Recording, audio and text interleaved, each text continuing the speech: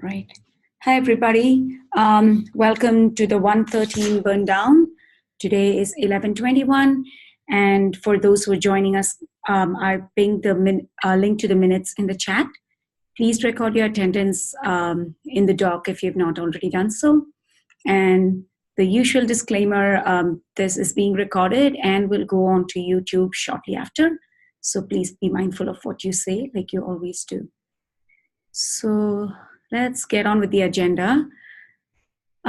So the status of the release is still yellow, and we'll talk about the main items on the agenda right now. Mainly, we did have an interesting turn of events after yesterday's burn down. This is regarding CSI 1.0's backward compatibility issue. So if you've been following the burn down for the last couple of days, once CSI, we enabled 1.0 in 113 on Friday. We did see the 1.12 upgrade tests fail, mainly because CSI 1.0 is not backwards compatible with the previous versions. And since Kubernetes 113 supports, while it adds support for 1.0, it's dropping support for the previous versions, which makes clusters that are completely in 1.12 fail upgrade when it's trying to upgrade to 1.13. So while this was noted as a known issue, and that's how the implementation proceeded, we did go back to discussions yesterday to see if this was an acceptable user impact.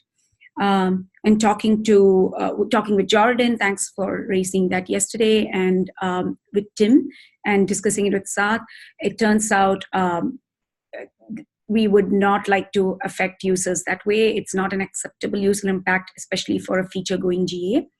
So Saad and his team have been trying to attack or try to attempt a graceful upgrade, or try and support both the older versions and the new versions of the driver. Saad, I see that you're on the call. Do you want to give a quick update on where things are so we can see what the possible path for 113 is?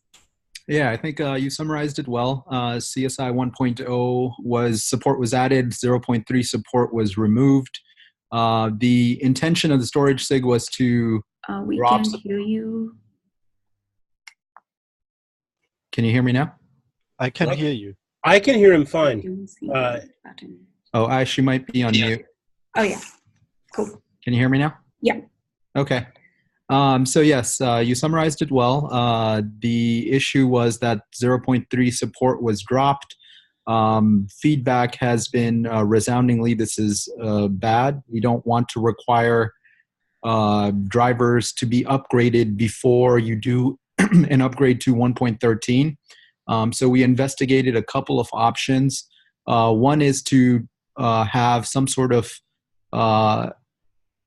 graceful upgrade path, which will basically make sure that there is no disruption during the upgrade. So today, the current proposed upgrade path is that you remove your CSI drivers that are 0.x before you do your upgrade to 1.13. During your upgrade, you don't have those CSI drivers available, so any pods depending on those CSI drivers will remain in pending state, and you won't be able to provision any new volumes. And after the upgrade completes, you should install the 1.0 drivers, and those drivers will pick up the PVCs for the old driver and continue from there. So it is disruptive. The alternatives that we explored, one was making the upgrade non-disruptive but still require user intervention. This would basically mean that you deploy a half-half solution where before you upgrade, you deploy a 1.0 driver along with the 0.3 daemon set. And this will allow basically a non-disruptive upgrade path, but it still requires user intervention. We were trying to verify this yesterday, but we were running into issues with the upgrade script, so we weren't able to verify that yet. The third option that we considered was, let's just add in support for 0.3 back in. So I spent yesterday evening working on that, and I have a PR out which basically reintroduces support for 0.3. I currently am running the battery of tests. I think we have sufficient tests on CSI, both for the older 0.x CSI and the new 1.0, that I would be fairly confident in the change, but I'm running the test right now to verify that. If we accept this PR, then this becomes a non-issue because CSI 1.13 will support both CSI 1.0 and, Kubernetes 1.13 will support both CSI 1.0 and 0x concurrently, so it doesn't matter when you do your driver upgrade. You can remain on an old driver until whenever you want to. Yeah. So I'm looking at the PR right now. Frankly, it's really huge. Yes. And I'm super nervous to accept it at this stage. Because a couple of questions is it just this change, or do we also have to do anything to the spec or to the other driver changes that you guys made? No, this is the only change. So basically what changed is there is a client that we pull from Kubernetes storage interface, a generated client. We pulled a V1 client and we're using the V1 client. And what this does is it basically picks up a 0.x client and uses that in parallel. So it just adds a bunch of if-else and uses version negotiation to figure out which version of the driver it is, and will speak 0.3 if it's talking to a 0.3 driver, or 1.0 if it speaks to a 1.0 driver. Yeah, and the tests that you're running are all the 113 and 112 tests, Yep. both are, and also the upgrade tests? Correct. So we're going to be running the full battery of tests that's currently in progress. Yeah. So we think we can get it merged today? Because I'm just thinking if we get it merged today, then we would have, there's going to be very little merge activity over the Thanksgiving weekend. And so we would have basically 4 days of relative stability on the rest of the suite to see whether or not how this affects the upgrade and downgrade tests. Yeah. And also, what would be our revert or rollback plan if this merges and things? So we have two options. One is to remove this code, and in parallel, we can continue investigating the graceful upgrade path. And then the hammer approach is pull out all the CSI 1.0 code and go all the way back. Okay. And how many changes is that? Like the big hammer? Just a single. That I'd have to look into. It's a number of changes. The flow I'm thinking is if we so in my mind, the long pole is the battery of tests for you passing locally and getting like a sign off on this PR sometime today from all the stakeholders. But even if that happens and if we let it run, like Josh was saying, over the weekend, and then on Monday, if we discuss if we discover that things are not green, then at that point, we are just a couple of days left to come out of code freeze to roll everything back, even the CSI 1.0 back. So that's what's concerning me. If we'll have enough time to go back to a happy state. Yeah, I'm actually on call over the Thanksgiving weekend, so I can keep an eye on the tests if needed, which I will actually do if this gets merged. So, but yeah, it's a valid concern. Yeah, it's a bummer that we did all the. I mean, it's very close. While this particular aspect was, it did not come up until the CI kind of showed up. So, is there a way? I will watch this PR. So is it fair to say, at least in my mind, I'm thinking if it doesn't merge by end of the day, then it's definite no-go, because we'll at least want to see the signal for a few days. Yeah, that seems reasonable to me. But if it does get all the sign-off and if it does merge, then we'll have to really watch to see how soon we might need to revert back. Yep. So if my plan will be if it gets merged by end of day, basically keep an eye on it over the Thanksgiving weekend, and if anything goes wrong, I'll raise a flag. Anybody else, like, this is like a really this, I'm the first time doing this, so I would also like to hear from Aaron and Tim, who have done this in the past. As for, like, I know Aaron, you just came online. If you don't know the context, that's fine, but I'm also open to feedback at this point.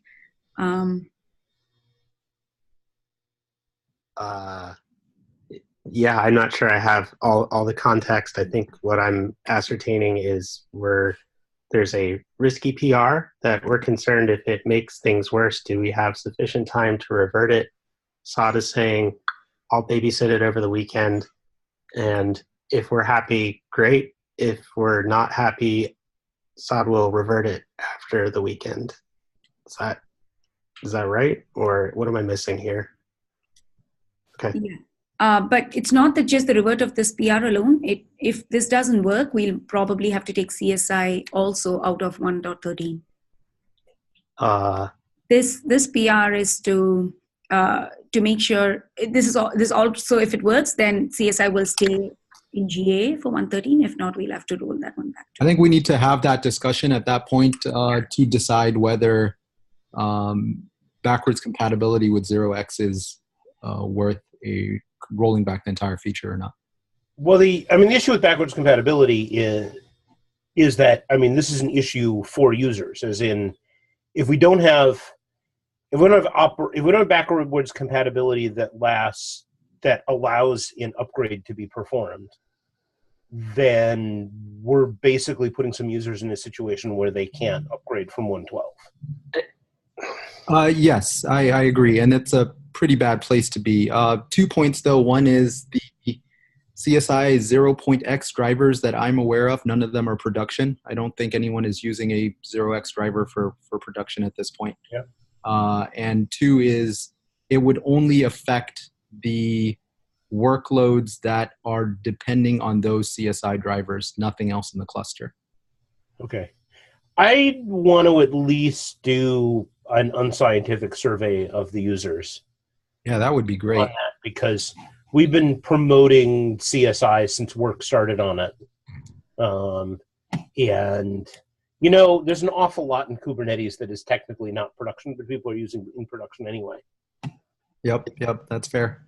I can send out a message to Kubernetes users today and see if we can get some feedback. Yeah. Can you help me understand what the impact of rolling back or reverting would be? Like, what is the difference between calling it beta and calling it GA? Rolling back this PR or? Well, I'm trying to understand if it would be more than rolling back this PR. It sounds like there would be a whole bunch more that would need to be reverted. I'm trying to quantify the scope here. So if we were to roll back the feature for this release, that would involve rolling back a couple of different features. One is the CSI 1.0 would not go into 1.13. We'd have to roll it back to CSI 0x. And then there's associated changes to the kubelet volume plugin manager. We would also have to roll that back, and potentially some other changes that I can't think of off the top of my head. Okay, that sounds horrifying. Yeah. So I think coming to a discussion after the weekend with a more fully fleshed out version of that plan, if we do need to pull the trigger on it, will help. Yeah. And we'll also have more data. Yeah, that's fair. So I'll reach out to Kubernetes users to try to get a better idea of usage and prepare for that possibility as well. And I would say, from my perspective, I'm less concerned about needing manual per node intervention to actually upgrade the individual CSI drivers, as the possibility that somebody who had upgraded their control plane would lose access to their storage entirely. I know that's not supposed to happen, but I also know that we don't have tests proving that it doesn't happen. When you say storage, you mean beyond just the affected driver? No, I mean the affected driver. Okay. Imagine I'm using a CSI 0.3 driver for storage for something important. Yeah. and I upgrade my control plane to 113.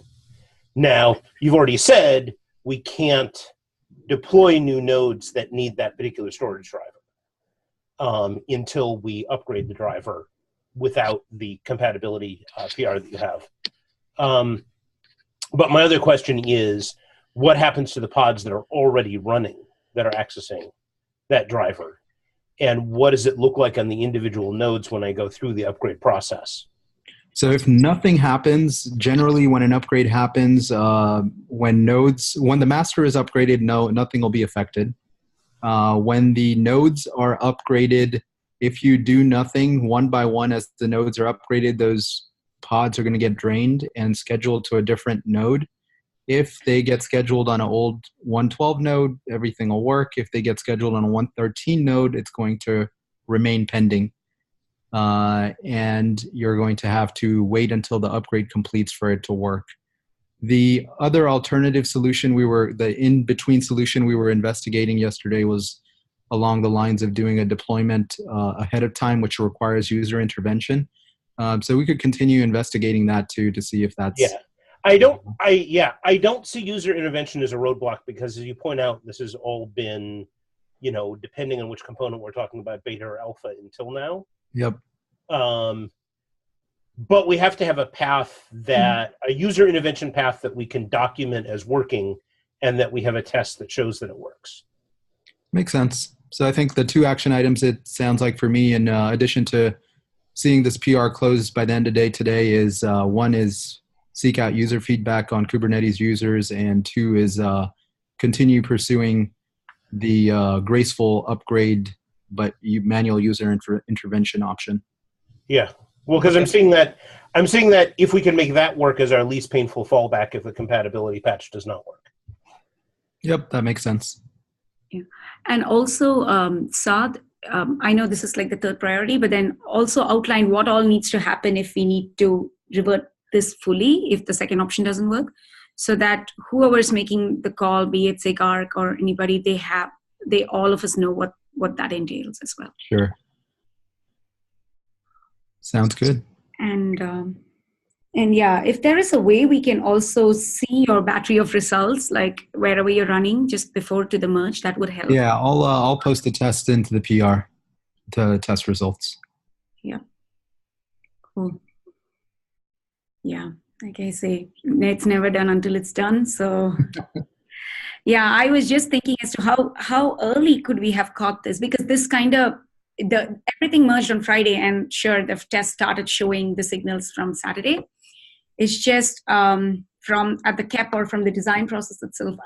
I'm going to add an item to retro just to see where what is that link that's missing that should have brought this into discussion earlier itself before it went into implementation in GA. Sounds good. Yeah, but yeah, thanks for putting in the effort here. I will watch the PR and the status closely. All right, cool. Thank you everyone for your time. Yeah, thank you. All right, Thank you. Yeah, Tim says, I agree. Prior practice has been to assure there's a forward path, even if a user is on beta code. We don't just break users because they choose to engage and be an early user of beta. True. And yeah, and thanks a lot to Josh and Jordan for actually lighting the right fires yesterday and day before. Yeah. Cool. And so this goes on to the beta 2 discussion. I would like to hold beta 2 in case things land and there's a clear signal. I would like the second beta to have the final, the stable state of CSI if we are taking this change. So I had a chat with Doug earlier, and he was going to be available over the weekend. Doug, please let me know if that's not the case. But I would like to stall beta cut today. Yep, that's fine with me. I'm around. I have in-laws visiting, but it'll actually be a good excuse to step away and cut the beta. I'll have to coordinate. I'll have to let Cluster Lifecycle know, because I know they're testing kubeadmin pretty actively and they're waiting for a new tag.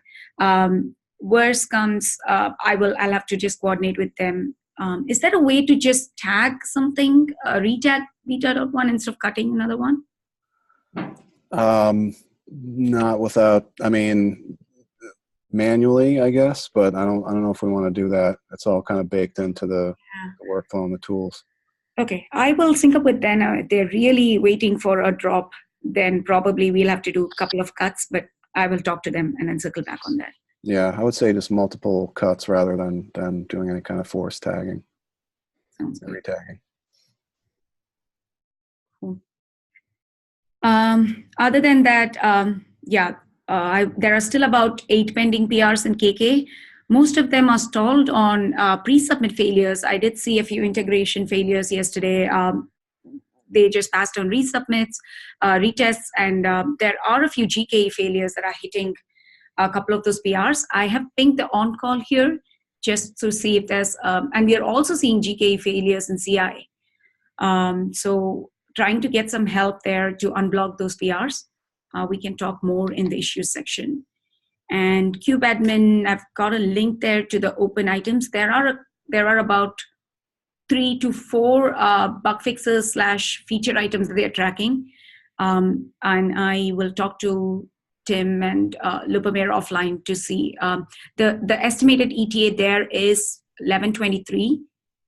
So they seem to be on track, but I'll still sync with them. So any other questions before we quickly move on to +1 for multiple normal? Got it. Okay, yeah, I did see one PR going, passing the GKE failures. Aaron says whatever was failing GKE seems to have resolved itself today, but I'll follow that up. Any other questions before we move on to individual updates? Cool. Test infra. Cole? I don't really have any updates. I think everything's healthy. Go. CI signal, Josh? Well, we've heard a lot about it already. We don't have any new blockers. We continue to have a lot of noise from flakes. If you saw my CI signal support yesterday, I finally did an approximation of the math. I will not claim to have done the advanced prob stat math, but what I consider a good enough approximation of the math on the probability of getting flakes as blockers, and it's unfortunately high. That is, basically we can expect every 1 in 5 days to get 3 different flakes in blocking or upgrade tests all at once. Which means pretty good chance that either 3 or 4 days out from the release we're going to see that. So I'm trying to go through and document the individual tests that flake, so we know which things are a probable flake based on tracking. Yep. And that will kind of help in cleaning out those jobs. Yeah, well, and then after we do the release, I'm going to go through the big shuffle of moving stuff to informing and, submitting a PR for moving stuff to informing and all and stuff. And it'll be partly based on that flake history, because from my perspective, any test that is flaking 25% or more of the time should really not be in blocking. Mm-hmm. Or okay. Issues, Nico?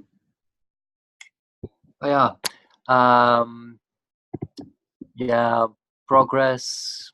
There's been 5 or 6 PRs either closed or merged. Many others are stuck on some flakes, which we're hunting down and pushing retest. They're getting merged.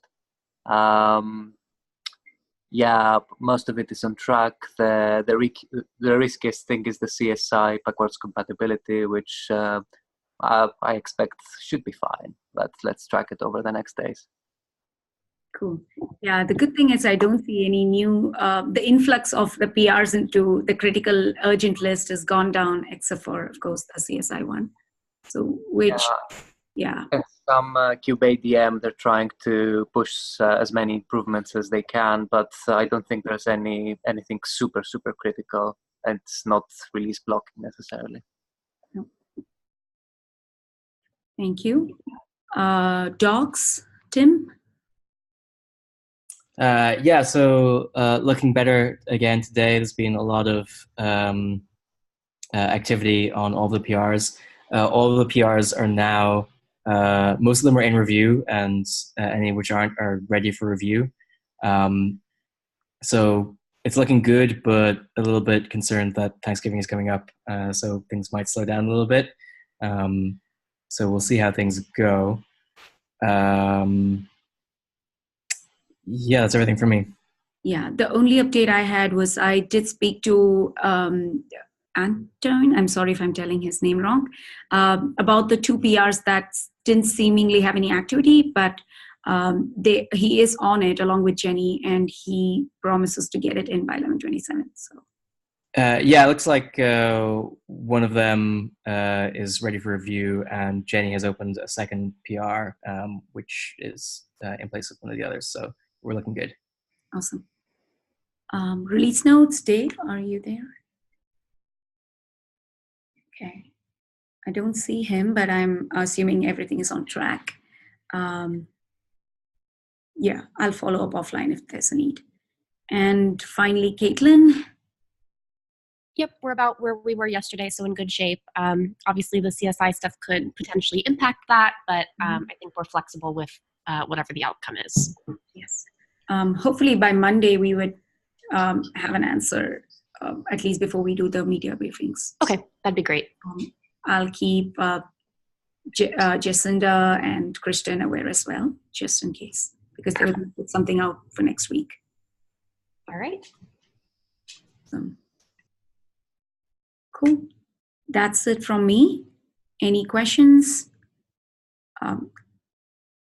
Quick thing, I'm not planning to have a burn down for tomorrow and day after. Looks like the CSI one is the only outstanding. I'll follow up with Sath offline. Cool. Thanks a lot, everybody. Have a great Thanksgiving break, whoever's in US, and have a good weekend, everybody. All right, take care. Bye. Happy Wednesday. Yeah, happy Wednesday.